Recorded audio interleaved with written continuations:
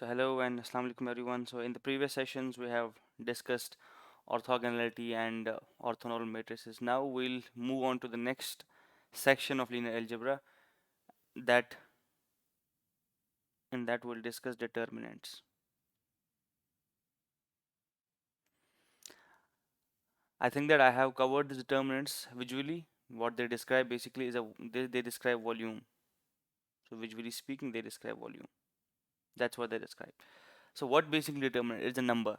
It is just a number associated with a matrix. So if you have a matrix and this number is associated with a square matrix. Okay, so it's a number which is associated with a square matrix, and what it signifies is the volume. So I told you if you see any matrix multiplication, so what basically it is a linear transformation. So that transformation stretches or squishes the space. So by how much that stretch is, by how much that squish is, that is described by this determinant. And this determinant can be even used to compute the inverse as well. So I'm giving you the things that it can do. The first thing is it signifies how much is the space stretched or squished by a linear transformation by any matrix A. And the other thing is it gives us a way to find inverse and the way to find inverse. We have seen different ways like Gaussian elimination to find the inverse. And the one more thing, this is volume. Okay, this basically is a single number. So there are a lot of ways in which we can describe this, in which we can show this determinant. But the first thing that I want you guys to know is that we'll first describe some properties of the determinants. So determinant, it is represent like this: determinant of A. If we have a matrix, square matrix A, so it is represented like this, or we will represent it like this. So these two are the representations. This is how we'll represent them. Okay, again to reiterate it. So what is it? It is just a number, and it is defined for the square matrices. So what it shows, it gives you the volume. By volume I mean how much is this space, vector space, stretched or squished by a transformation, and it can be used to compute the inverse. These are the things that I want you to remember beforehand. So before delving into what determinant is, how to compute this determinant, what I'll give you some properties of the determinant. Okay, the first property that there is for the determinants is, we'll just mention the property numbers. Properties of determinants. Okay, so from these properties, then we'll sort of get the formula how to compute this determinant. But I first want you guys to know what are these properties. So the first property that we have is called the determinant of identity matrix is 1. This is the first property. So if you have got an identity matrix, what is the identity matrix? Identity matrix is like this. If we have a matrix 1 0 0 1, so this is a I2. I2 means 2 cross 2 identity matrix. So I3 basically will be in which we have 3 columns and 3 rows. So what this property says is if we compute the determinant, we can say determinant of this identity matrix, which is equal to determinant of this I. That is equal to 1. This is the first property, the determinant. From this, I'll derive the formula of the determinant. So just remember these properties. This is our property 1. Okay, the determinant of identity matrix is 1. If you take this 1 0 0 1, that's I2, or maybe I3, or even IN. So the determinant for those IN is equal to determinant of I, which is equal to 1. This is the first property. Moving on to the second property. What is the second property of that? The second property means, second property says that whenever you do a row exchange in the Gaussian elimination, for example, we had this matrix in which to find the solutions we used Gaussian eliminations. In that we had an elementary operation, a row exchange. So in the row exchange, what will happen is that the sign of determinant gets negative. So sign of determinant gets changed on a row exchange. This is the second property. So what is the meaning of this property? So if we have a matrix A, B, C and D. So if we somehow change this matrix, we'll change the first row and the second row. So what will happen is it will become CD, AB. Okay, the determinant of this, let's suppose, is A. The determinant of this will be minus A. That's the meaning of the second property. The second property says that if you make a row exchange, so if you make one row exchange, then the sign will get flipped. And for example, if initially the sign was positive, so if you make even number of row exchanges, so what will happen? So even number of row exchange will basically leave the determinant as it is. So they leave it positive. So otherwise, if you make an odd number, so if it was positive initially, so this is the initial state of determinant. If this was the initial state, if you made odd number of row exchange, so what will happen? The determinant will become negative. Okay, let's suppose first initially it was a. In this case, it will remain a. In this case, it will become minus a. That's what the property second says. The third most important properties. This is first property. This is second property. Now we'll go on to the third most important property. What is that? The third property says that this is called some linearity of determinant. Okay, so this is called linearity of determinant. Linearity of a determinant. Okay, what is the meaning of this property? So this property says if we have a matrix in which we have something like this, so in which we have a matrix like A, B, let's suppose C and D. Let's suppose its matrix, its determinant is A. So if we multiply a row, if we multiply the row, any of the row by some constant, by some scalar, suppose T, so that is TA, TB, and this is our C and D. We multiplied this. So what this property says is that, and this determinant becomes T multiplied by A. That this determinant increases if you increase or decreases. So if you just multiply one row with this vector T, so what you can do basically, what it means is you have made the determinant T dot A, T multiplied by A. Okay, so now this is 3A. So let's call this 3A. This is the first thing, 3A. It has and the sub property. These come under linearity. So 3b says, so this is with respect to the multiplication. 3b says that if you have a b c d a determinant like this, let's suppose we'll add some a dash and some b dash. Okay, so this can be written as a sum of these determinants. So this can be written as a b c d plus a dash b dash c d. Okay, so if we add something to one row, so here we added this a dash and b dash to the row, so this basically means take the determinant and again take the determinant of this added row. Okay, so this is the 3b property. This is 3a. 3a says if you multiply any row by a scalar, so that's here ta and tb, so the determinant gets multiplied by ta. So if you see this 3b, it says that if you add something to the row, if you add something, for example, let's suppose the a dash and a dash and b dash was added. So here what you can separate these things out. Are these three properties clear? Because whatever will from these will derive different properties now. These still will be the properties of determinants, but now we'll sort of use these properties to derive the other properties. Are these three properties clear? Yes, sir. Okay.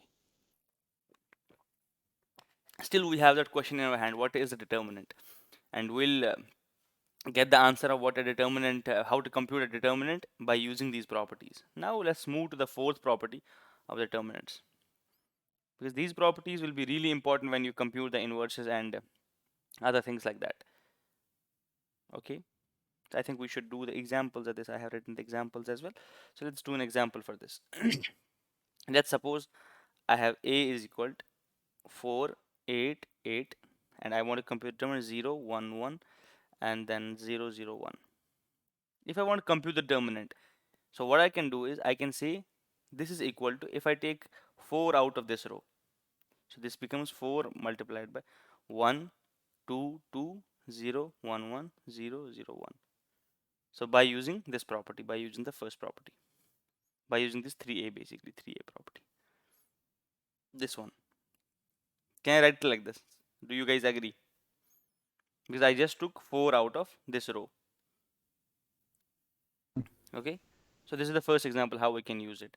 And then even what we can do is you can even then evaluate it differently. So you can evaluate these things. So on evaluation we'll see that when we know how to compute the determinant. So first the thing is that if you have a determinant, you can just take something out of the row and then you can multiply it at the front by using these properties.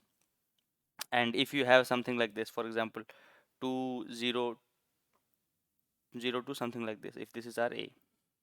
If you want to compute, so how you can compute this, the knowledge that we have so far, you will just take 2 and then write 1 0 0 2, and then you will take this 2 again, so it will become 2 square 1 0 0 1, and now you know that its determinants is identity. Identity determinants 1, so 2 square multiplied by 1 is equal to 4, if something is like this. So I just took this 2 out first, this 2, so it became this. So after this I took this 2 out, so it became this. So then I just computed the determinant. Okay, now the fourth property that is there is that if two rows become equal, then the determinant is 0. If two rows are equal, then determinant is equal to 0. What I'm saying is, if we have this, if we have AB and AB, so now you see that these two rows are equal. So by this property, it says that determinant is equal to 0. So how can we prove this? So if somebody can give me a suggestion how to prove this basically, so what can I do? So can I even prove this? So how can I prove this? By using the elementary properties that you have seen so far. So how to do that? Sir, you can take A as common in the first column, B as common in second column, Hmm. then we'll have a matrix of 0, 0, 0, 0. That will prove it. I can take A, but I can take columns from the rows. That's what you know so far. What I can do is I can write it in some other way. So I can just take, for example, I can write it like this: A, then maybe 0, then maybe A and B, and plus. So I can write it 0 and B, AB. Can I write it like this? Can I Yes, write it sir. like this first? Because the property second, can I write Yes, it sir. like this? So this is what I can do, and then what I can do is, so I'll again take this. This is 0B. Now I can take A common from here, and I'll take B common from here. So this will become A.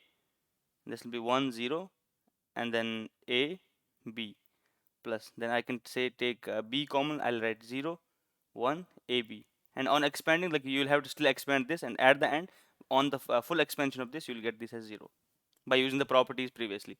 So this will be left as an exercise for you. I don't think it's difficult now from this. So I just showed you you can take this A common, and now it becomes 1 0, and again you can take other things as common, and then it some things will, and whole matrix will become basically 0, and it will be zeros will be multiplied by some coefficients. That's it. So the property is that if two rows are equal, the determinant is 0. So why are we why are we thinking about this determinant being 0 or determinant being equal to not 0? Because if you know that, I told you that if determinant of a matrix is 0, we call that matrix a singular matrix, and that matrix is not invertible. That's why we'll see if on performing some row exchange, one row became 0, then that matrix is not invertible. The determinant basically becomes 0, so it becomes a singular matrix. That's one property. So the other property is that the fifth property, I think, this fifth property.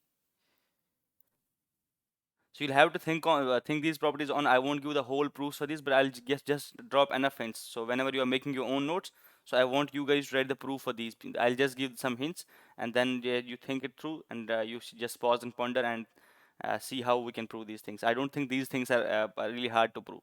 So the other property that we have is, if you subtract one row from the other. So for example, what I'm saying is, if we have a determinant like this is A, this is B, so then this is C minus LA, and then this is D minus LB. So this basically is, we are just multiplying the first row by L, then subtracting it from the second row. Okay, so what it basically says is, it says that determinant is unchanged. This is equal to determinant. So if I want to write it in English, so it means subtracting a row, subtracting a multiple of one row from another leaves determinant unchanged. So subtracting multiple of a row from another leaves the determinant unchanged. Again, pause and ponder here and think how we can prove this. So how can we prove this? It's easy to prove, like from the previous properties. I'll just again drop the hints. So what I can do is I'll just write this in the expanded form. So I can write it like this.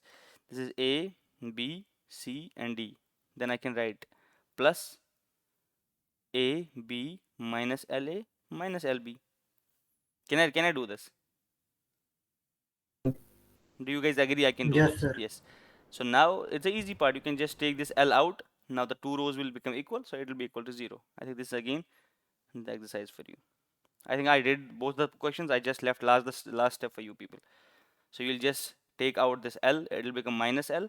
So now we have this AB left. So both of these things are now both of these rows are now equal. So you can clearly see that this becomes 0, and only we are left with this thing.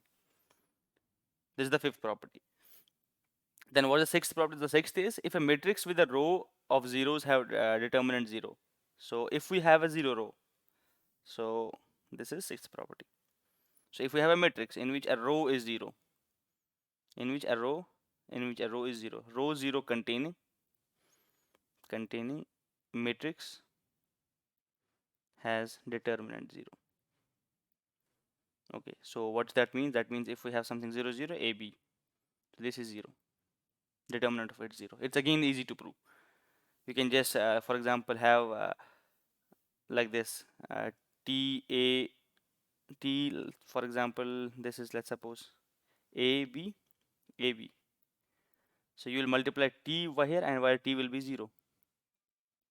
Okay, so do you agree that this is equal to 0? Because this from the previous property said this is equal to 0. So what I did, I just changed this matrix into AB, and I said this T is equal to 0. This is basically now 0 multiplied by A and 0 multiplied by A. This is equivalent. So this is equal to 0 A B A B.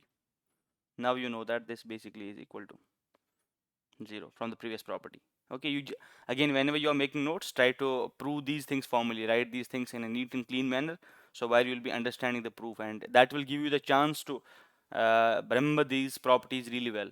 So because I'm just mentioning these properties, but for you people, whenever you are making the notes, so it's a better idea to just pause there for maybe some minutes or so, and just try to prove these properties and try to convince yourself, because mathematics is all about convincing yourself. So maybe sometimes I can give you a huge proof, but it wasn't convincing enough. So in order to do that, what you have to do, you have to sit on your own with a pen and paper and try to think it through. So can I prove it? So am I convinced that this is the thing that it looks, and that way you'll get the more sort of realization of these facts, which I'm just quoting here. These properties are determinants. So then we have the seventh matrix. So if we have a triangular matrix, so this seventh property says if we have a triangular matrix, so the determinant is basically equal to the product of diagonal entries. So triangular matrix looks like this. So there will be some diagonal entries, and then we'll be having zeros and some entries over here. Okay, and this is called as upper triangular matrix, and lower triangular will be, there will be diagonal elements, and here we have zeros, and then we have some things over here. Okay, so what this property says, this property says that the determinant of this triangular matrix, determinant of triangular matrix is equal to product of diagonal elements.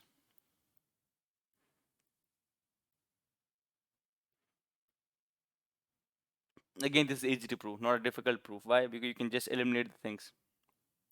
So what you can do is, if you have a lower triangular matrix, you can just make other things as 0. It will become the full diagonal matrix only. Okay, and then you need to think how can we just have these things, and they'll be as a determinant from the other properties. I think this is again an exercise for you guys. I just gave you the hint, then you can convert it into diagonal matrix, and then from diagonal matrix you'll have to see how can we take just these diagonal elements for the computation of this determinant from the other properties. And how many properties have I written? 7. Yeah, 8 property now. 8. So if A is singular, so if a matrix A is singular, that means it is not invertible, and then determinant is equal to 0. This is again a property. Okay, that means if determinant is not equal to 0, then definitely that matrix will be invertible, or we call that non-singular. So if a matrix is singular, what's the meaning of singular? Singular means that there are all the columns in the matrix are not the pivot columns. There are some free variables as well. So that means when such case happens, we cannot invert the things. Okay, so for that purpose, for that thing, the determinant of that matrix is equal to 0. So this is again a property. So you can prove this property again. And then the last property is, I think, regarding the transposes. Yes, so this is 10 9 property. I think I'll write ninth and 10th property. The ninth property that we have is, it's a good property. Like determinant of AB is equal to determinant of A multiplied by determinant of B. Okay, if you see the multiplication, for example, if you see AB multiplication, that was not, for example, in terms of inverse or rank, that was not equal to this. But here, from this, it follows. So if we have matrix A and B, if you multiply them together and then you find the determinant, so that basically is equal to determinant of A, determinant of B. Again, try to prove this. I don't think this is difficult. If you guys just spend 5 to 10 minutes, I think you guys will be able to prove all of these properties. And the last property is that of the transpose. So that it says that determinant of A is equal to determinant of A transpose. This basically says if you transpose a matrix, nothing will happen to determinant. So just have a review of these properties. Okay. So again, coming back to the property, the first property is that determinant of an identity matrix is 1. That's the first property. And the second property is that if you exchange the two rows, so what will happen? The sign of the determinant will get reversed. So then linearity property says that if you have a row and you take some element common, or you multiply the row, so you multiply that row by t, so determinant will be multiplied by t. So the 3b property says that if you add some things to something to a matrix, the determinant, you can just split it out like this. Okay, then the fourth property says if we have two equal rows in the determinant is equal to 0. So other property says that if we subtract subtract multiples of a row from other row, the determinant remains unchanged. The other property is that if you have a 0 containing a row in a matrix, determinant of that matrix is equal to 0. For that these triangular matrices, the determinant is equal to the product of diagonal elements. And the eighth property is that if a matrix is singular, that is, it's non-invertible, then we say the determinant is equal to 0. And this property, determinant of AB is equal to determinant of A, determinant of B. And determinant of A is also equal to determinant of A transpose. Am I clear with these 10 properties? Yes, sir. Okay, so if you are clear with these properties, now we can go ahead and we can see how to basically compute the determinants. But the thing is, I'll again reiterate here, please try to prove these things. Okay, but you have to just use the first, second and third properties here and there, and you will be able to prove these properties. That's other properties. Basically, the first property is its identity. So otherwise, you'll have to like go reverse. Sometimes what will happen is some people will say the definition of determinant first, how to compute determinant, and then from that computation, they'll come up with the properties. The other way around is that I'll just list down the properties, and maybe for the first three properties are enough, and other properties can be just derived from the first three properties, and then you can get the definition of the determinant. Okay, I think this is clear. Now I want to see the formula. I want to go to the formula of how to compute the determinants. Is it clear so far? Yes, sir.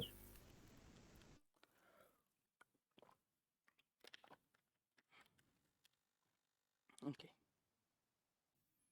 Remember the first three properties.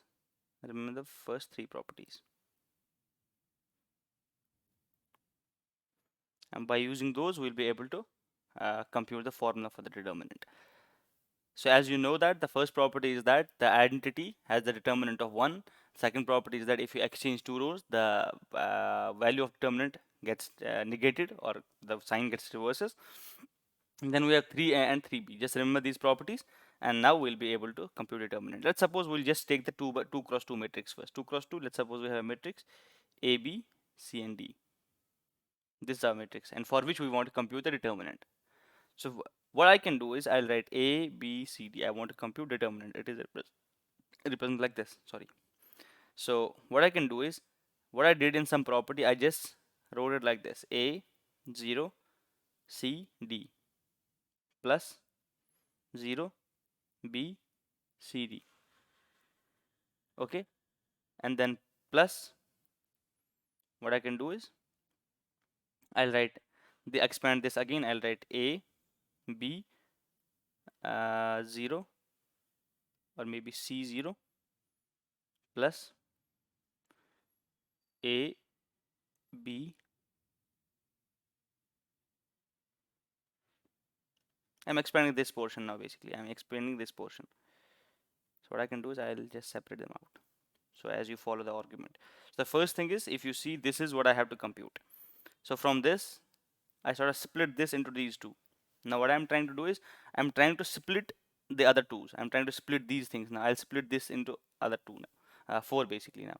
So what will happen is, I'll take this as like this. I'll take 0, A out, and I'll say 0, 0, CD.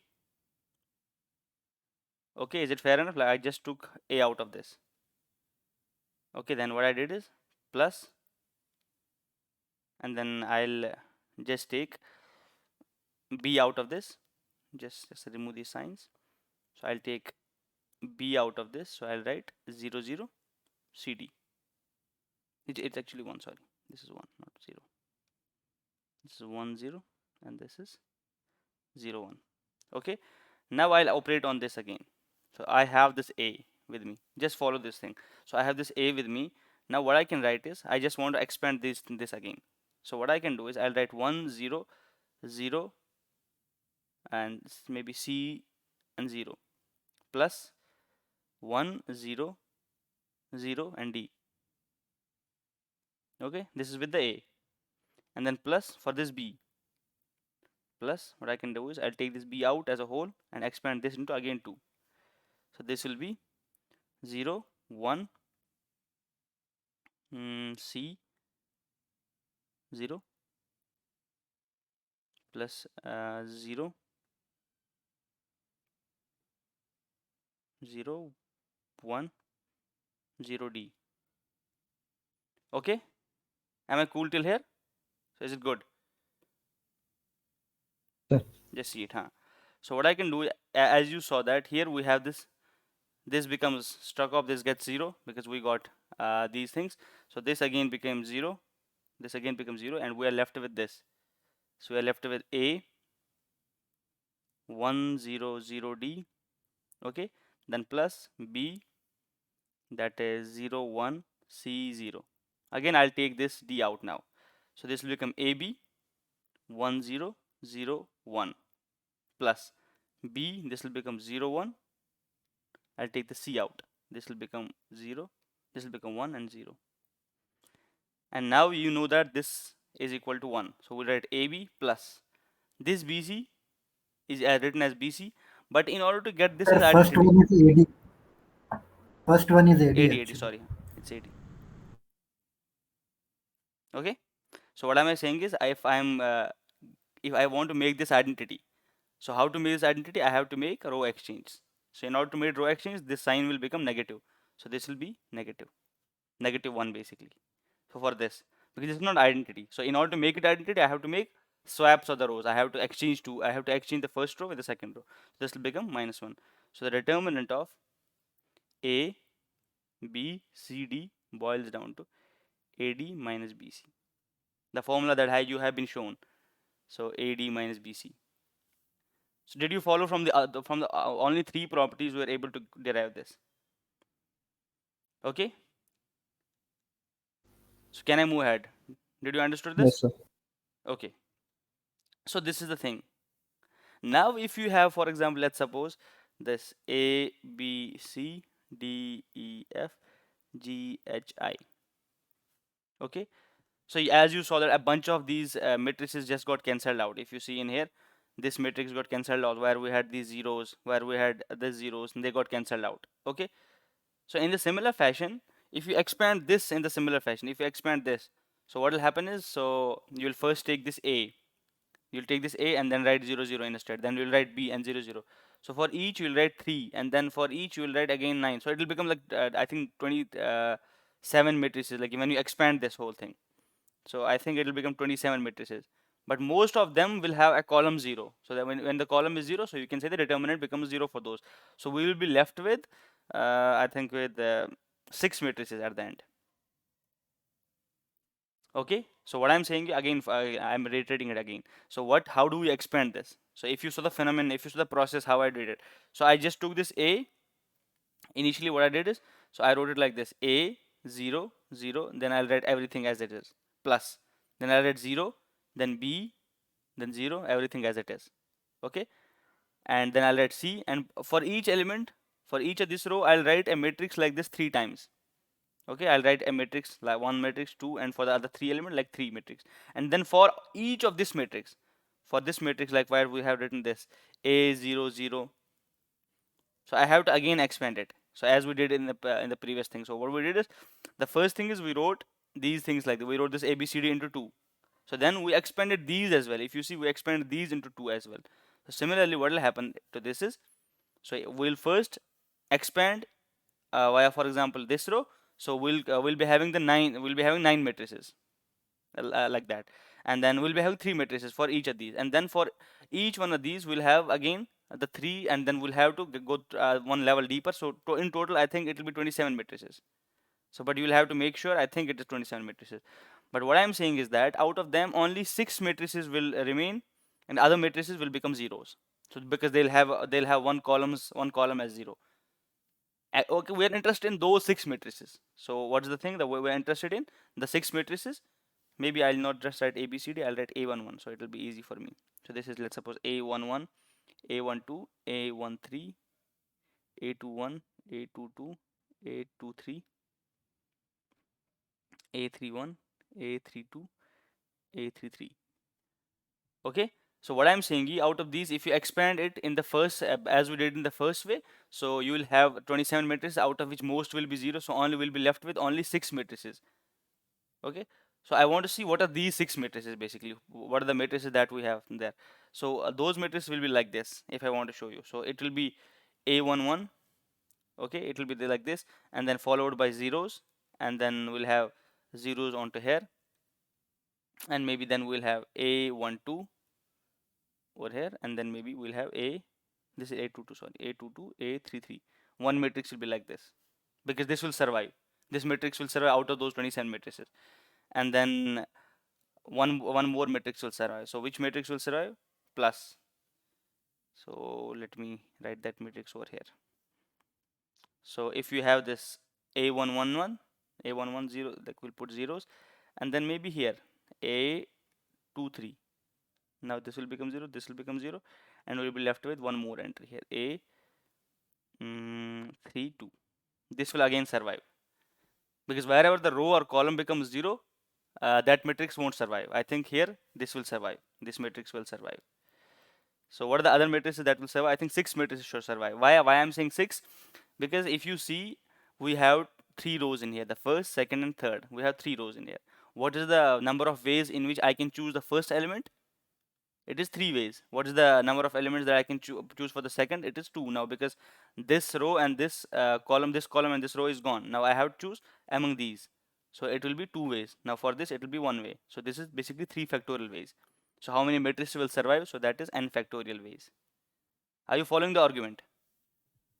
So how many of you are able to Yes, follow sir. the argument? So what I'm saying is that most of the matrices will become 0, that we saw in 2 cross 2 case. Okay, so in here the matrices that will survive are the matrices where the row or the column should not be 0. So what will survive is, so we'll have to make sure that these entries are put in such a way so that a row or the column does not become 0. So I said, like, in the first row there are 3 possible ways, so I can put one entry in 3 positions. Then in the second, because now if I put it here, so this column and this column I cannot put the entries in, because otherwise I'll have these duplicate entries. So what I'll do is, in the second, when I put the element in the second row, I'll have to make sure that this element gets into the row, into some this n minus 1, basically 3 minus 2. So there are only 2 possibilities now, and for this there are only 1 possibility. That's why I'm saying, if we have an n cross n matrix, so the matrices that will survive will be n factorial. So now I'll maybe list down all these matrices plus. So A11 I think is done. If we write A11, if we write 0 over here, A12, 0, and then we can write zeros over here, because this is saving us one rows and columns. Then I can write maybe A21, Then I'll put zeros over here, zeros over here, and then this is A33. This is one more matrix that will survive. So plus, then one more matrix that will survive. That is, let's suppose A12 again, putting zeros over here, and what will happen? Maybe I'll put A23, then zeros over here, and this will be A31. Okay, so these are four matrices. Now I have two more matrices. Just see if I'm repeating the things and just let me know if I'm repeating. A12. I think I'll now start with this. A13. So putting zeros over here, putting zeros over here. So here we'll maybe put A22, putting zeros over here. So we're left with A31 plus one more matrix. 0, 0, A13, 0, 0. And let's suppose we'll put A21. Now this is 0, this is 0, and this is left with A32. Okay, these are the six matrices if you see. Okay, can you see it on the single screen? So maybe I'll just zoom out a bit. So these are six matrices if you see. This is our one matrix. So are you seeing some repeating pattern? No. So these will be six unique matrices. So these are our six unique, basically determinants, six unique determinants which will survive. Others will become, they'll have the columns of zero. So you know that now I can take common of these things. So I can take A11, A22, and I'll make this an identity. So can I make this this as an identity? Yeah, this is directly identity. Yes, If I sir. take out, so I'll just write. So from this matrix, so I'll just write A11, A22, A33. And now I know that I'll be remaining with identity here. So that I can directly write 1. Okay, then plus. Okay, so I'll take this common. This A11, A23, A32. A11, then A23 and A32. A11, A32, A23. A23, A32. But I have to make sure, because this matrix over here is 1, 0, 0. I'll have to perform a row exchange in order to get an identity here. So I'll have to perform this row exchange, because this is 1, 0, 0. Here it should be 0, 1, 0. If I'm taking this out, so 1 will become here. So I have to exchange this and this row. So it will be negative. Am I clear with the second property? Because in the property we said Yes, that if we yes. exchange this row, it will become negative. Okay, again for this, now I'll take A12, A21, A33. Now I have to perform multiple exchange, I think. So what I'll do is I'll exchange this and this first. Okay, I think only one exchange is enough. So only one exchange, this will again become negative. So I'll just take out these things. So it will be this entry will be 0, 1, 0. This will be 1, 0, 0. This will be 0, 0, 1. But I have to make it identity. So what I'll do is I'll swap the first and the second row. So what will happen is here we'll have 1, 0, 0, 0, 1, 0, and it will become identity. So by one exchange, what I did is I made the value negative. Now for this plus for this. So I'll write A12, A23, A31 for this. And now how many exchanges I require? How many exchanges? So what I can do is I'll exchange first and second, then I'll exchange second and third. So I'll be required two exchanges. So now the value will remain positive. Okay, because even number of exchanges, we have the positive value from the property. Then plus, I'll say A13, A22, and A31. So but here we have to exchange this. Okay, so it will be negative, one exchange. So at the end, we'll have here A13, okay, A21, A32. So how many exchanges? So this to this, and then this to this. I think two exchange. This will be plus. Okay, is it fair enough? So this is the determinant of A matrix. Okay, now we'll club these things. So what I will do is I'll just take this A11 and I'll write A22, A33 minus A23, A32. So I'm just taking this A11 common from these two entries. And then I'll write plus. So I'll write A12, take common from these two. So this will be A23, or maybe I can write it in the order. So this is A21, A33 minus A12, sorry, A23, A31. So I'm putting a minus over here because of this minus. So because this A12 is minus, if you see it here. So I'm just flipping the values inside, if you see. Okay, then what I will do is I'll just take again plus. So now I'll take this one A13. A13 is A22, A31. Okay, then I'll just flip the signs basically minus. Okay, minus A21, A32. Just see the signs. So here if you see, this is the formula for the determinant. So if you now, if I again go back to the previous determinant that we had. So in here we had A11, A12, A2, A13, A21, A22, A23, A31, A32, A33. This is the thing we had. So now if you see along this A11, now we have A11, then A22, A33. That's these two multiplied together, and then a negation of this A23, A32 multiplied with these two, if you see. So now if you see that you have to, in order to find the determinant, what you do, you'll delete this column and delete this row and delete this column, and you'll be left with this. Okay. Okay, so this is the first term that we got, this first term. So that the normal way that you have been taught how to compute the determinants, I'm telling you that. So if you have that, you just delete this, and find determinant of these things. Okay, for this A12 now, for this A12, delete this.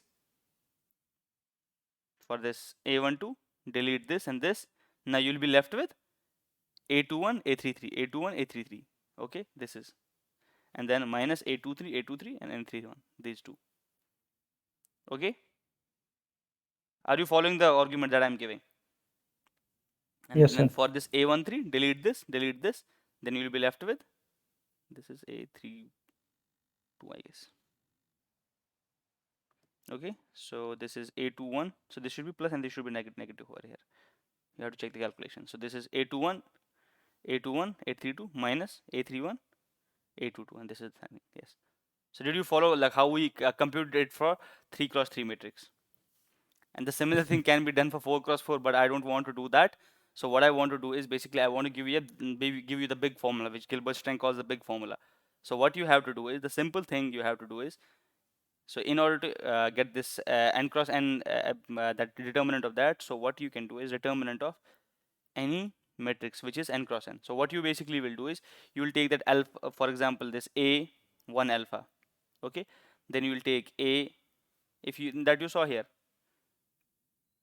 Okay, in here, so we had this A11, we expanded it along one particular row.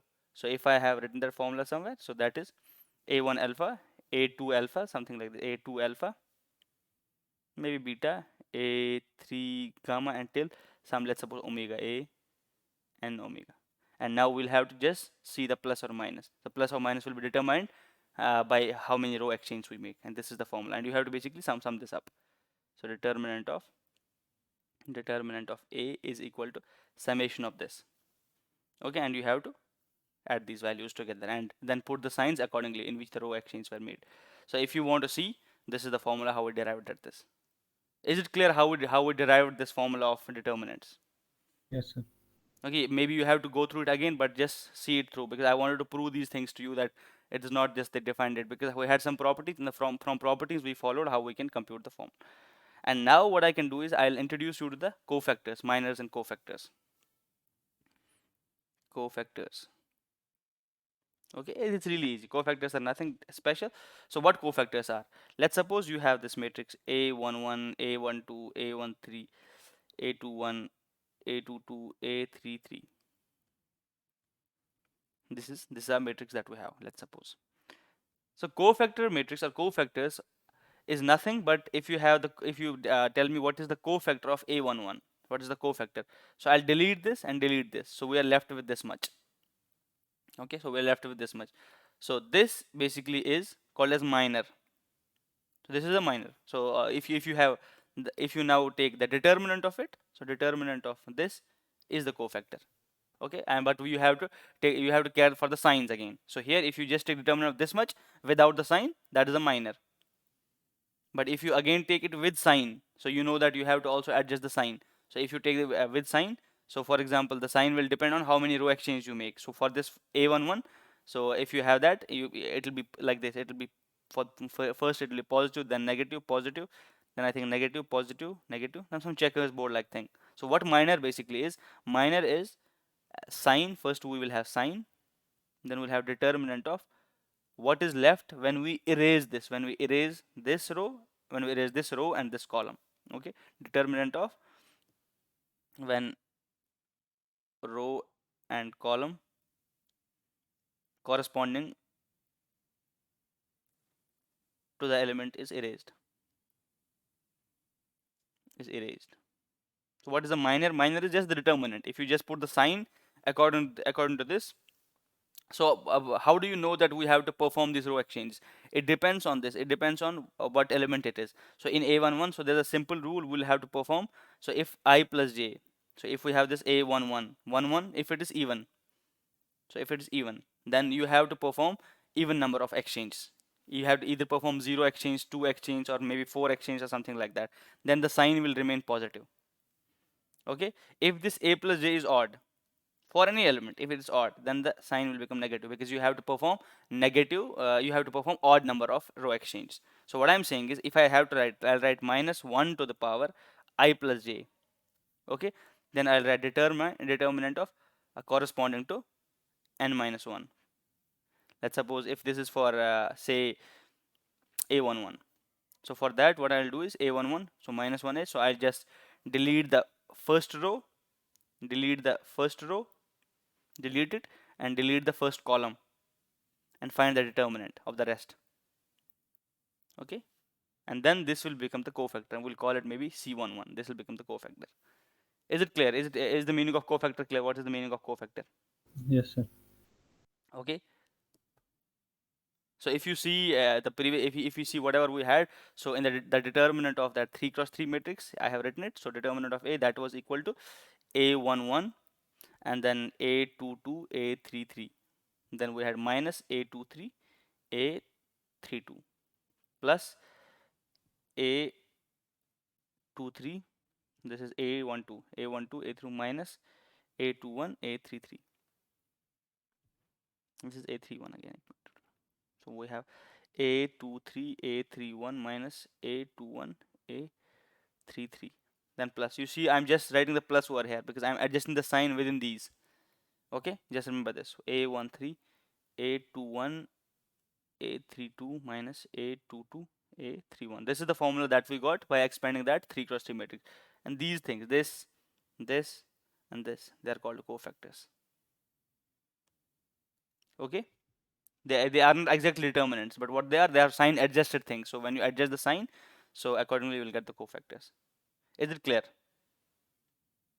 Okay, so how I can Yes, sir. write a cofactor? So in general, cofactor, let's suppose of an entry cofactor, let's suppose Cij, cofactor Cij, that's equal to minus 1 raised to power I plus j. In order to determine the sign, then we have to compute the determinant of Mij. Mij basically is delete that ith row and delete that ith row and jth column. So whatever you will get, this here is called the minor. That's why I have represented it as Mij. This is called as minor.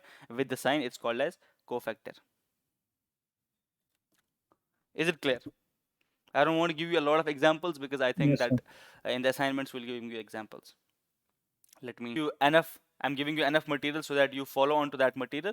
And if you want to delve deeper into these details, so you just have the starting point where to start. And after that, you can just grab up a book, and there are a lot of examples present in the book. So maybe after we are done with this algebra, and I'll recommend you maybe 1-2 books in which if you want to delve deeper into these things, so you can do that because you will have enough background knowledge to understand these things. Now we have seen these cofactors, we have seen these minors, we have seen what is the formula of determinants, and we have seen the properties of determinants. So now the question is, what is the why are we doing this? So because I told you this will help us in order to solve the equations, in order to find the inverse. So that's the main thing. So we want to compute the inverse. Compute the inverse. The first property that we have, if determinant is equal 0, if you found that determinant is equal to 0, then inverse does not exist. You can directly say that inverse is not available for these matrices. So because they are singular from the property of determinants. So but if determinant is not equal to 0, for these they are non-singular matrices, these matrices are invertible matrices. Now what you have is, you will have to find the inverse for these. So how to find the inverse basically is, so A inverse now basically is equal to 1 divided by determinant of A and then cofactor transpose matrix. This is the formula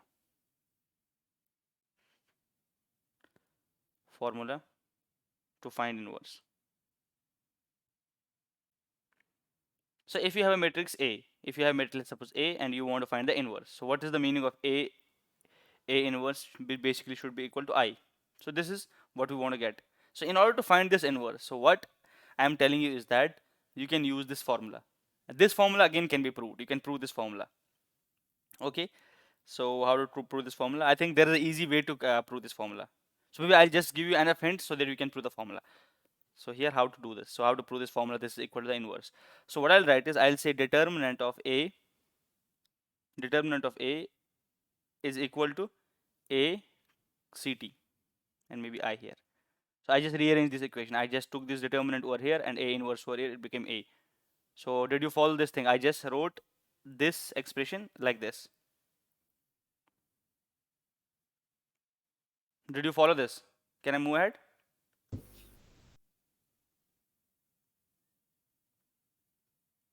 I'm just waiting for your replies. Did you follow?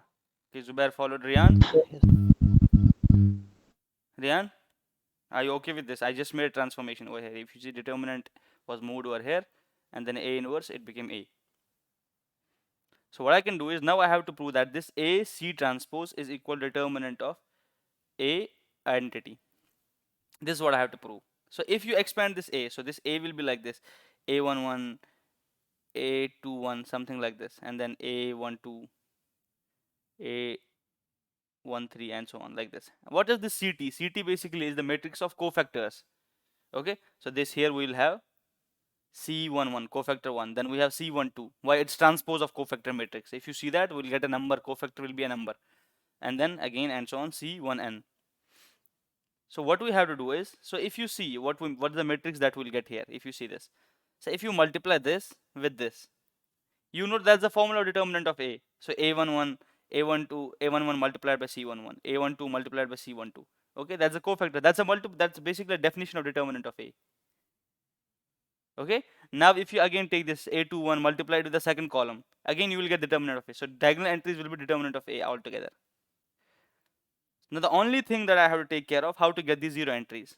Okay, so if we have like this, so we'll take this determinant A as common. Okay, and then we'll write this is equal to I. Okay, so basically this is not determinant of A, this will be a portion of A, determinant of A. So here if you see, this will be some A dash, this will be some maybe some other A double dash, and when you multiply these diagonal entries, then you will come up with determinant of A. Then you will be left with I. The only thing that you have to prove is how to get these zeros over here. I think this is pretty easy to prove. So if you I'll just take two true cross 2 examples so that you will do the generalized case on your own. So we have, let's suppose, A B C D. Okay, and when you multiply this is the matrix A, and you have to multiply it by C transpose. So C transpose is C transpose, take the cofactor of this. So what is the cofactor of this? Delete this and delete this, so we are left with D. And then for the B, delete this, delete it will be minus C. For C, it will be B, but minus B. Okay, because this is entry number 21. Yes. So then for this D, it will be A. Now if you sort of again multiply this, so if you multiply these two things together, so what will happen is this will be equal to, this should be equal to AD minus, this is this A. So are we right? So just check this, are the cofactors right? So this is D, then for this B it is C, then for this C it is B, right? I think this is right. Yes. So this will be B square, and then we'll have to expand it. First I took this and this multiplied by this, and second entry I'll take this. Oh, I think I have to transpose. Sorry, it should be transpose of this. That's why I was sort of stunned. Why is it getting like this? So it will be A B C D. Now transpose this. So this will be D minus C minus B and A. So now we have this A and this is C transpose. Now if you multiply this, so this will be A, D, A and D. This will be minus BC, minus BC. Now if you multiply this and this will be AB minus AB plus AB. This will be 0. So if you see the CD minus CD, this will be again 0. So if you see the C minus CB, so minus CB, and this will be AD plus AD. And now you know that if you multiply these things together, so this is basically the determinant. If you take this out, this will be AD minus BC, and you will just multiply this AD minus CB. This is equal to, and identity, this will remain, and this is the determinant of A. Okay, I hope this is clear. I just gave you the proof for 2 cross 2 example. Just check it through, and that's what you have to generalize onto this. So I told you that on these diagonal entries, what you will get determinant, and then you will be left with the identity. On the rest of off diagonal, we call them off diagonal elements, you will get zeros. Okay, so that is the idea over here. So the formula that you have to remember, the proofs are not important. I'm again reiterating proofs, but they are to convince yourself.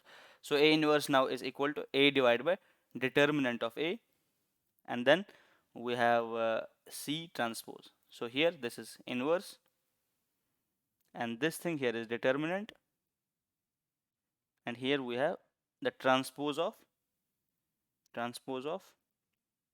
cofactor matrix.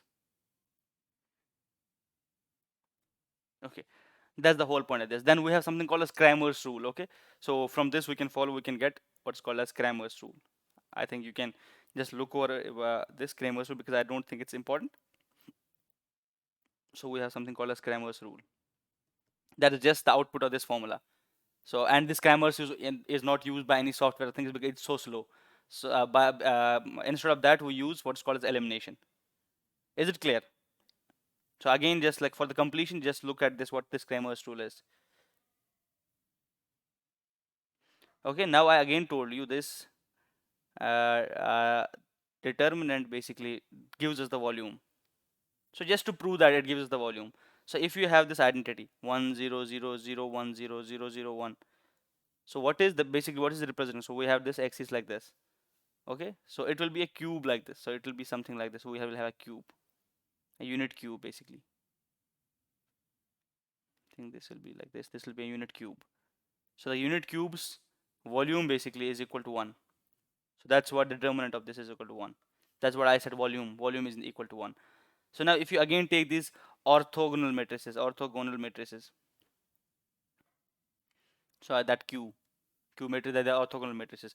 If you sort of compute the determinant of those, if you compute the determinant of this Q, so what will happen? It will give the volume. Why? Because we have this Q. Let's suppose we know Q is equal to I. This is the property of orthogonal matrices. If you apply determinant onto the both sides, that's determinant of Q transpose Q. That is equal to determinant of I. This basically is equal to 1. Okay, and now in here we have determinant of Q transpose into determinant of Q. Okay, and then as you know, the determinant of transpose is also equal to same. So let's suppose the determinant is some Q square over here. So let's suppose Q is the determinant, because the determinant is same for the both of these things. That's equal to 1. Determinant of, now this is basically determinant of Q square. Now determinant of Q is equal to plus minus 1. That's what should be, because these are orthonormal matrices. All these columns basically are at 90-degree angle. It's just they are shifted. So it's just like this identity case, but the thing is they're not at origin. They may be shifted somewhere. So that's the thing. That now from these two examples, I want to show you that this determinant basically captures volume. Determinant captures volume. And again, I showed you one more thing, that is this determinant is used to find inverse. I hope you are following the discussion so far. And then maybe if you want to generalize this, if you want to see anything, and you have to find the volume of anything by determinants, and that you have to prove, and you have to fit those vectors and then get the formula accordingly. But I have given you enough hints. If you now read a book, or maybe just try to solve it on your own, you'll be able to derive the results, I think. Okay, now this was the discussion of the results. Why did this was discussion on determinants? Why did I want to discuss about the determinants? Because we have to get into what's called as eigenvectors and eigenvalues. Okay, that's the crux I wanted to get out of these. That's why I discussed determinants in some detail so that you understand the concept of eigenvalues and eigenvectors. Can I move ahead? Yes, sir. Now we'll start our discussion on eigenvectors and eigenvalues.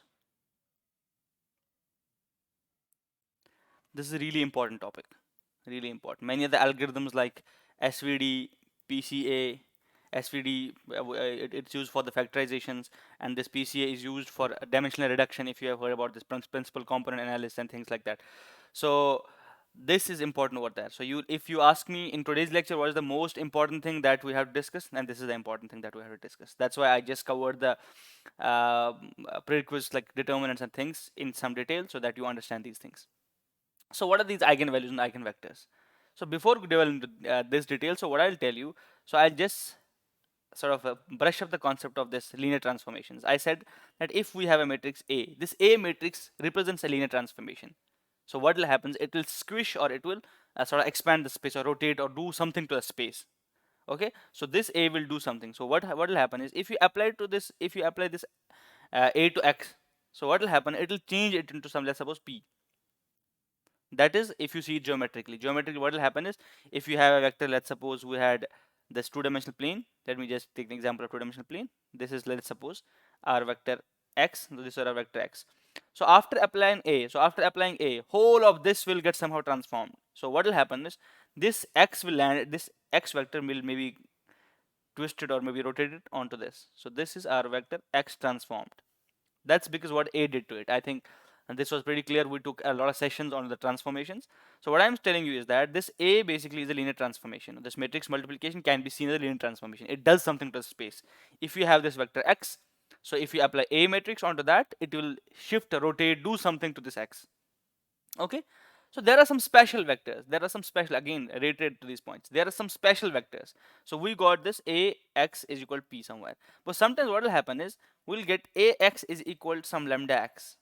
So what will happen that time is, maybe you applied x, but what happened is, this x remained as it is. So maybe it just stretched in this direction. Okay, or maybe it just got stretched in this direction, but the x remained in the direction as it was previously pointing to.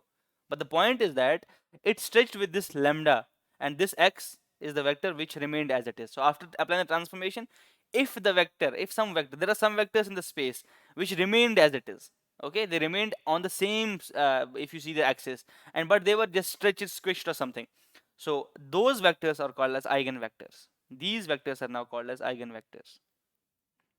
And this vector, by this scalar by which the vector got squished or scaled, this is called as the eigenvalue.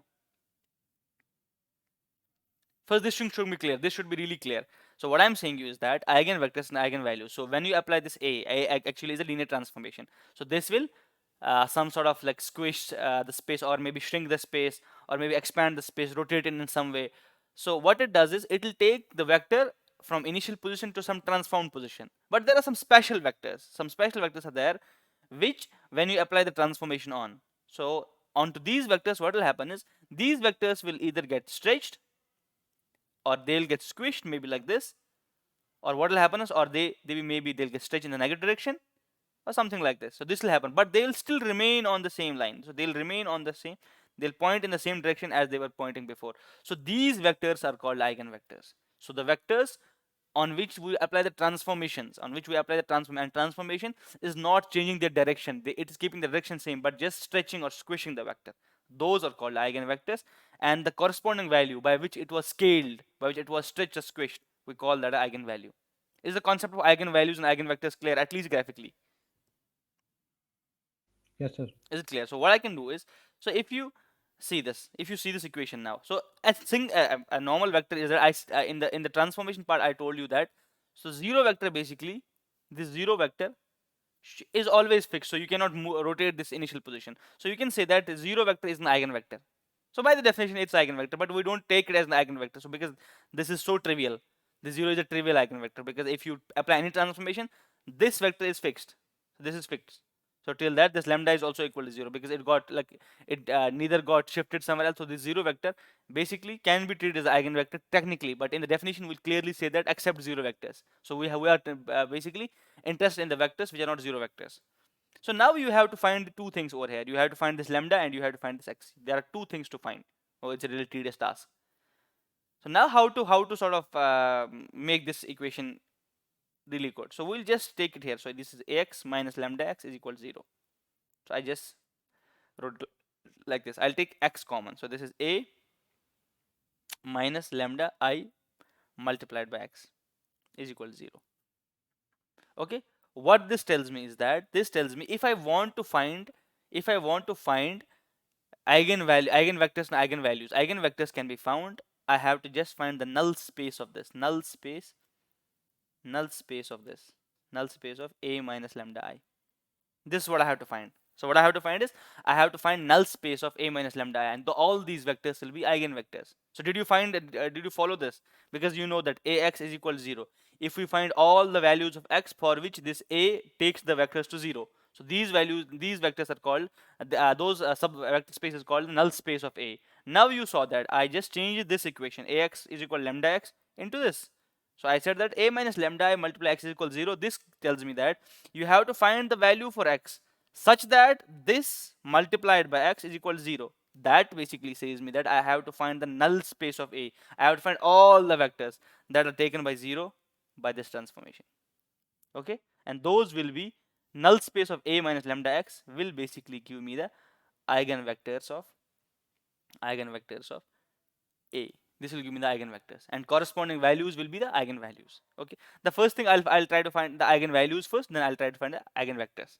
Okay, so because now you'll have to solve this equation. So you know that if you have these two things, okay, so that means if you have to find, so that means this should be a singular matrix. So in order to find null space, so if we have a matrix in which is invertible, that means there is only 0 0 vector which is which lies in that I'll say null space of that. So if we have a matrix in which we have a matrix, let's suppose some x matrix, so we have x matrix. So if this x matrix is a matrix in which if we apply transformation onto this, some like suppose small x, so if there is only one vector which goes to 0, that's 0 vector. So we said that null space of this x only contains 0 because this matrix is invertible, because all the columns were the pivot columns basically. No, there was no free variable if you see, because till now we have become the experts in finding the null space. So how do we find the null space? We reduced it by using the Gaussian elimination and Gauss-Jordan method. We tried to I just make it that I matrix which we call as row reduced echelon form. So after that we saw what are the pivot columns and what are some free columns. And here you see that if we have a matrix which is invertible, by invertibility I mean that all the columns are pivot columns. So for that sort of matrix, what will happen is you will have basically no eigenvectors except 0. So 0 is not an eigenvector, it's a trivial vector, trivial eigenvector. So that means in order to find the null space, in order to find some non-trivial vectors, that means this must be a singular matrix. This must be a non-invertible matrix. So did you understand the discussion? Why I am claiming that this must be a singular matrix? This should be non-invertible. If this is an invertible matrix, if this part is an invertible, then what will happen is basically there will be only 0 vector which will be in the null space of this. So if I want to get more vectors will be null space. That means this should be dependent. This should be singular. Okay, is it clear? Yes, sir. Riyan, are you following the arguments? Riyan, Zubair, Jahangir, everyone who is present here. Yes, sir. So what I'm saying you that is that I am saying a minus lambda I. It must be singular. It must be singular if there are vectors, if there are some vectors x which are not equal to 0 vector in null space. Okay, so then it must be 0. So what is the meaning of this? So in order to find this, so we are this a minus lambda I multiplied by x is equal to 0. This is what we are finding. Now we said that this matrix should be singular matrix. So for that means if we want to find a null space, so how to now find the singular matrix? How to now see what is the implication of that singular? I can say that determinant of a minus lambda I is equal to 0. Can I say this? Because that's the meaning of singularity. That's the meaning of singularity. So this follows from the singularity, or this follows from the non-invertibility or the dependence, because the columns are dependent. and then we'll solve this equation in order to find the values of lambda, in order to find this lambda values. So these lambdas will be eigenvalues, and then we'll put this value into this lambda will be put into this, and then we'll find the axis, and those things will be the eigenvectors. And let's do some examples. I have written some examples, let's do those, but I want you to follow this argument. Before doing the examples, let me again tell you something. So you know that P, projection matrix, this matrix, for example, what it is described as, if you let's suppose have a 3D surface in which, if we have a 3D vector space. So let's suppose this is our plane in our 3D. Let's suppose this is our plane. So this is our 3D surface. Okay.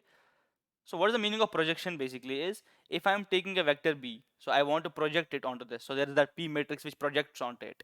Okay. So what I'm telling you is that, what if I have some vectors? So what are the vectors that are eigenvectors to this plane? Eigenvectors to this like projection matrix. Projection matrix. So what are the vectors which are eigenvectors to this? So we want to find eigenvectors to this P, because we have a matrix, projection matrix. What projection matrix does? It takes any other vector. It takes any vector and it projects it onto this plane for which we found this projection matrix. Okay, so what I'm saying you, what are the eigenvalues of this projection matrix? So if you simply see that eigenvectors are the vectors for which it just stretch or squish them. So you can see that I even told you that if we have a vector B which lies in the column space of this, in the previous lecture I said that the projection will be equal to B. PB is equal to B, if you see. So in here we saw all the vectors that lie in this plane. They basically are the eigenvectors. All the vectors that lie on the plane are the eigenvectors, and they have an eigenvalue of 1. Do you agree with this point? Yes, sir. So all the vectors that lie in the column space of this, plane, okay, that lie in the column space of this plane. I'll just make the plane now. So all these vectors that lie in the column space of this plane, so they will be basically the eigenvectors, and the eigenvalue for them is 1, because it is not squished, neither it is scaled. So it is just one thing is done, it is kept as it is, because that's the definition of the projection. If you drop the projection onto the same column space, that means nothing will happen to that B. So but if we have something perpendicular, so if we have perpendicular vectors onto here, so in the previous lecture, I think in the initial phase, what I told you that what will happen to this? What is the projection of the perpendicular? So this PB, if P is perpendicular, if this is perpendicular, if B is perpendicular to the column space of A, let's suppose this is RA, this represents RA. If B is perpendicular, then the projection of B it is equal to 0. Okay, and 0 plus, let's suppose 0B. So here we have this 0 as lambda is equal to 0, and then B. All the vectors that are perpendicular, that's the vectors are in null space of this projection, null space of this A. So they also are perpendicular to this. So that's what I'm saying. These are also the eigenvectors. So what I said is, if we have this, so this becomes the eigenvalue, and this becomes the eigenvector. So that means null space of A, all the vectors that are in null space are the eigenvectors. That's what I wanted to tell you. Okay, because that's perpendicular to, but in case of this projection matrix, if we have this matrix P, projection matrix, do you follow this argument? So I said two things. So what I told you is that if we have a plane on which we want to project, so if we have any vector that belongs in the column space of that plane, then that is an eigenvector by default, because if you apply the projection onto that, that will remain as it is. Nothing will happen to that vector, and by the lambda 1 it will neither be stretched nor be squished.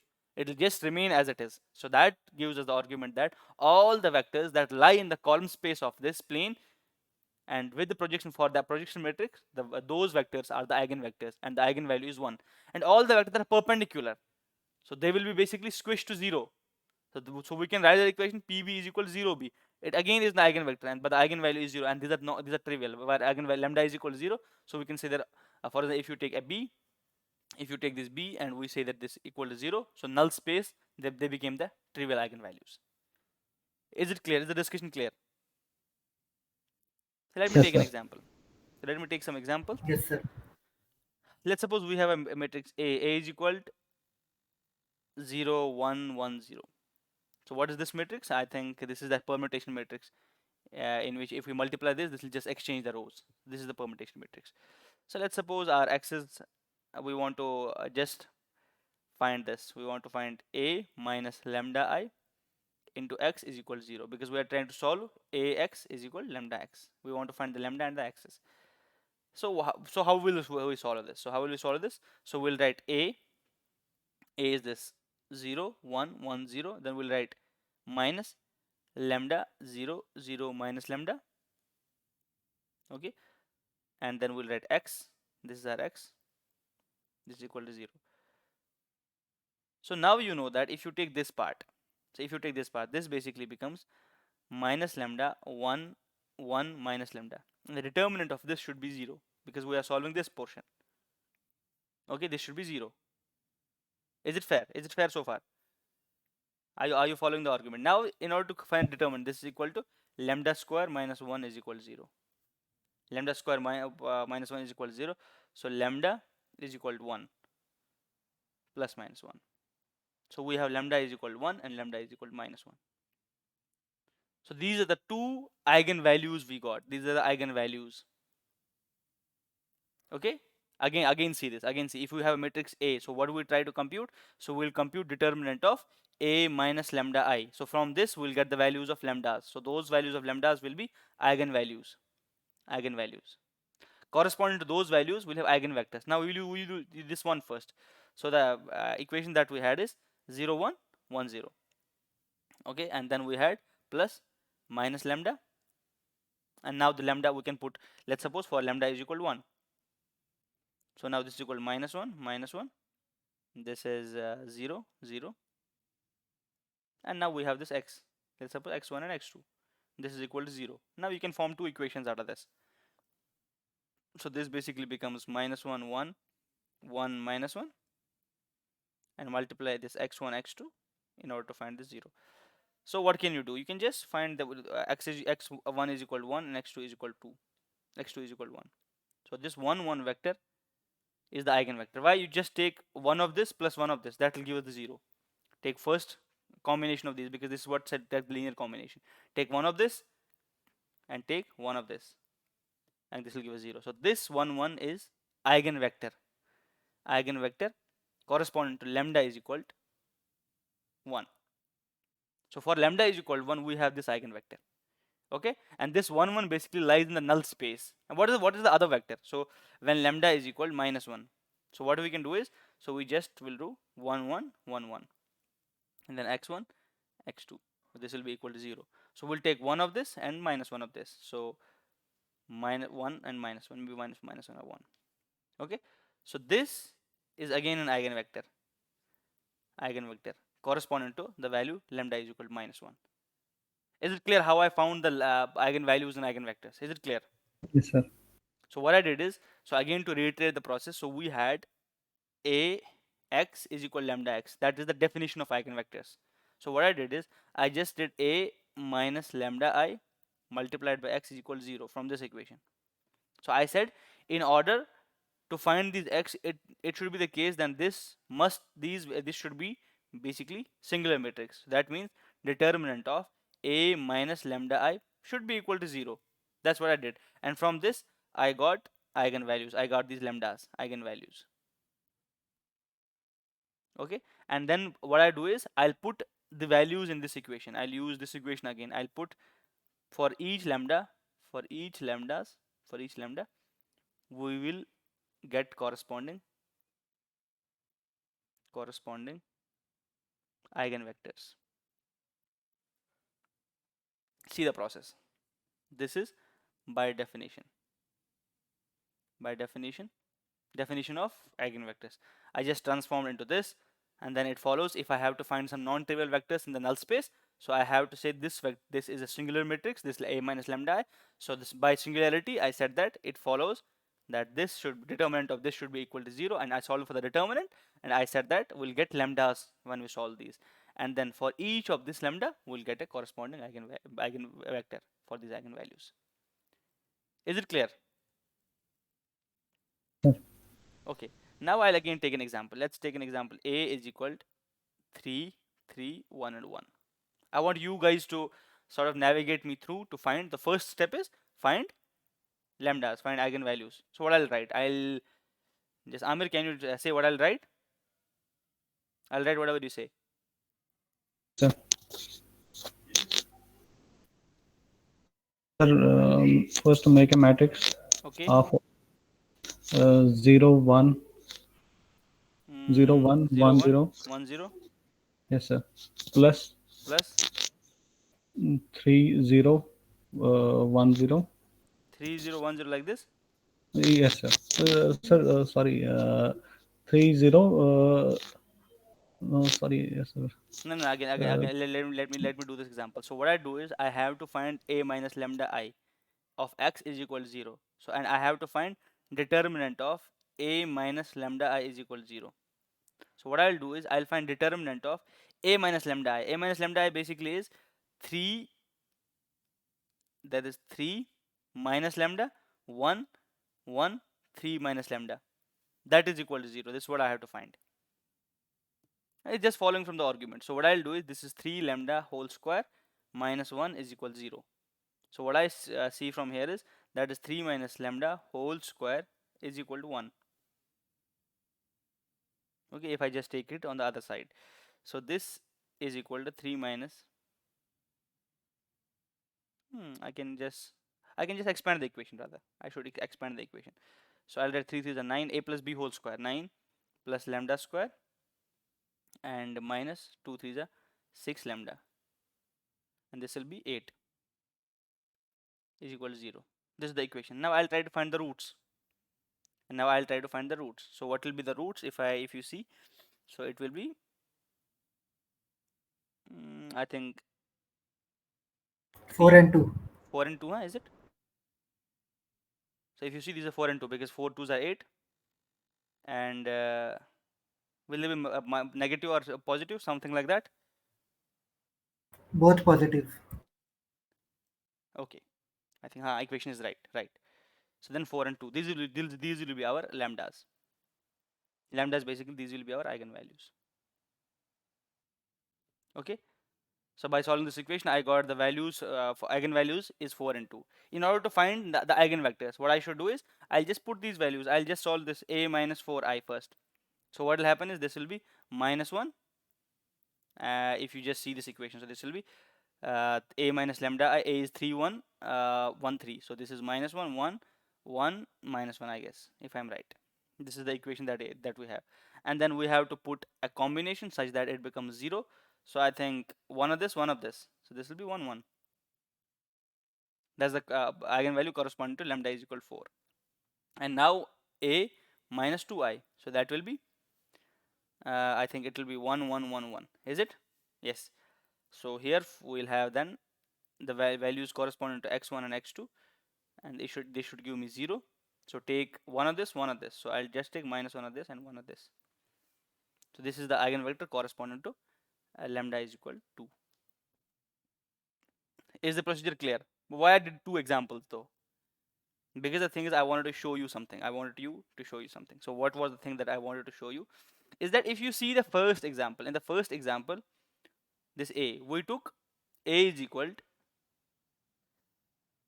0 1 1 0. In the second example, in the first example, I took a was 0 1 1 0. In the second example, let's suppose that's a dash, our a was equal to 3 1 1 3.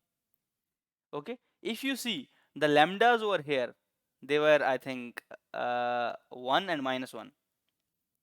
Okay, lambdas over here in the first case, and the corresponding values were, I think, 1 1 and minus 1 1. But if you see it over here, so it was the lambdas were 4 and 2. Okay, and the corresponding vectors were, I think, 1 1, it was 1 1 and minus 1 and 1. The first thing is you see something here over here. This a dash is, you can just split it out. You can just add 3 to this, like on this on the diagonal elements, 3 to this and 3 to this. So you saw that we added 3 to the diagonal elements. So this basically means we added a plus 3i to get this a dash. So what happened to the lambdas? So again, if you see, as if these lambdas were added, so you saw it here. These lambdas were added by 3 like this. So that's why we got this 4. This was added 3, so we got it 2. But the eigenvectors remained same. Okay, so we had for the initial vector, we had a x is equal to lambda x. So what we did is we said a plus, let's suppose, some let's suppose 3i multiplied by x. So what will happen is, so from this equation we can say that this will become 3 plus lambda multiplied by x. So x will remain as it is, eigenvectors will remain as it is, but just these will be factored by this, this will be scaled by this, not even scaled, this will be just added. So we'll have the eigenvalues will be added by this. So do you follow this? Yes, sir. So from this example, it's clear, and I showed you a simple mathematical proof as well. So here you saw that if we just add some entries over here, the eigenvalues basically get added and eigenvectors remain as it is. That's the two examples that we did. Okay, and we have to deal with different cases. It's not that these eigenvalues will be like this. Let's suppose we'll take some other example in which we'll get some scary eigenvalues. Let's suppose, I think I have written the example somewhere.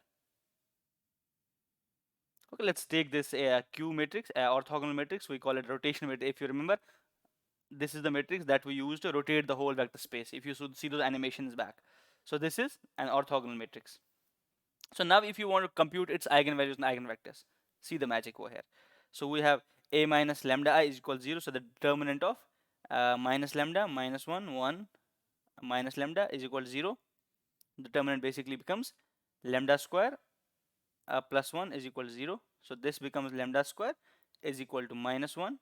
This basically becomes lambda is equal plus minus iota, complex numbers. So you see that the eigenvalues can be complex numbers as well. This is the only time I'll deal with the complex numbers, because complex numbers in itself will take, I think, days of discussion. What are these complex numbers? People call them imaginary numbers. I think it's a misnomer. These numbers do exist in reality though. Just trying to give you some hints that these are not imaginary numbers. These numbers exist in the real world. So we can use these numbers. So you see that we had a matrix in which we had real values.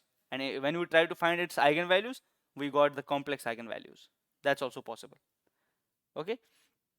And if you see it over here, so if I just take the sum of diagonal elements, I want to just introduce a concept. So if I have a matrix, let's suppose a 1 2 0 0 something like this. So if I just take the addition of this values along the diagonal, so it's called a trace of matrix. So trace of matrix is summation of diagonal elements. This is just a I will say syntactic sugar. We just use this lingo. So if I'm saying trace of matrix, that means I'm just using I'm just saying that I just wanted to add the diagonal elements. Okay. So what is the one fact about this is that trace basically says, if we have a trace, if we take the sum of diagonal elements, it is equal to the sum of eigenvalues. Okay, and if you take this trace and if you multiply these diagonal entries, and if you take determinant, that is equal to the multiplication of eigenvalues. So these are the two properties. If you choose this Q over here, so we had this orthogonal matrix 0 1, I think 1 0 and 0 1 and minus 1 0. So this is a rotation matrix which rotates by 90 degree. So if you see, trace should be equal to the lambda. So here it should be 0 plus 0 should be equal to lambda 1 plus lambda 2. Okay, and then we should have this lambda 1 multiplied by lambda 2. This should be equal to the determinant. Okay, that should be equal to determinant. The determinant of this, it should be, I think, minus 1 or plus 1. I think it should be 1, because you'll just take this minus out of this and then you'll make one row exchange. Okay, the determinant is 0 minus 0 and its determinant is equal to 1. So this should be equal to 1. Okay, so the only thing that you can put instead of this lambda 1 and lambda 2 is minus iota, I guess. Okay, so you'll put this minus iota and plus iota. So if you put iota minus iota, so this will become 0. So if you just multiply these, if you multiply root of minus 1 multiplied by root of minus 1, and 1 will be minus and 1 will be plus, so you will get this iota square. So you will get it at it as minus, so 1 is minus. So this is minus iota and this is plus iota. This will give us the value. Is it clear? So I introduced the tray with the trace, and introduced with this.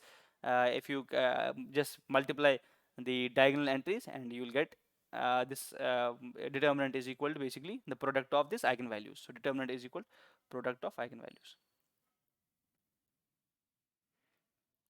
Again, you have to ask questions. Why are these properties following? And you have to give the proof to yourself. It is not that whatever I say, just take it at the face value. You should just take these and just think on yourself. The best thing that you can do is just pause and think, oh, okay, why is it happening so? Then again, you can come up with the argument, oh yes, this is the reason why is it happening, because I don't want to give every proof so that I convince you guys. So the best thing you can learn is from the experience. You'll just think it on your own and you will form the neural pathways in order to again argue in that same line. Is it clear? So we saw that if we have a matrix in which we have these real values, still we can get the eigenvectors that will be complex eigenvectors, which we call as sometimes imaginary numbers.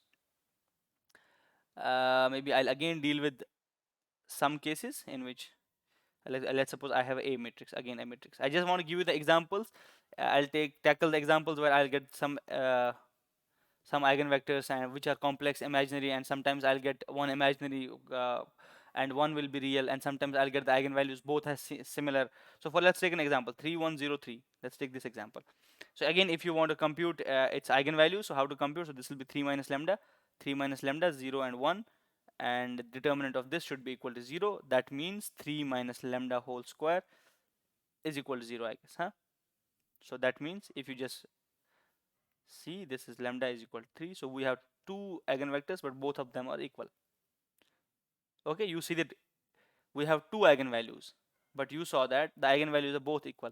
Now you will, if you see that there will be only one eigenvector corresponding this, irrespective we have two eigenvalues, but the eigenvector corresponding to this will be, let's suppose, I think it should be, I have written it somewhere, but I think it should be 1 or 0 or something. Maybe there it will be something though. If you want to do it, so you can do it like this. So 3 minus 3 is 0, so it will be 0.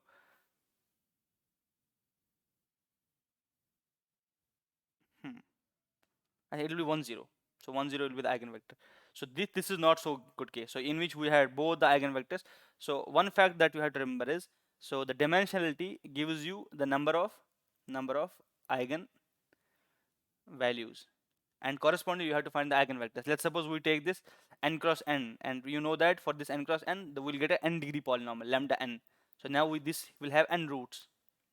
So we'll have n eigenvalues. So for corresponding to n eigenvalues, we'll get n eigenvectors. But if you see this case, the eigenvectors are similar.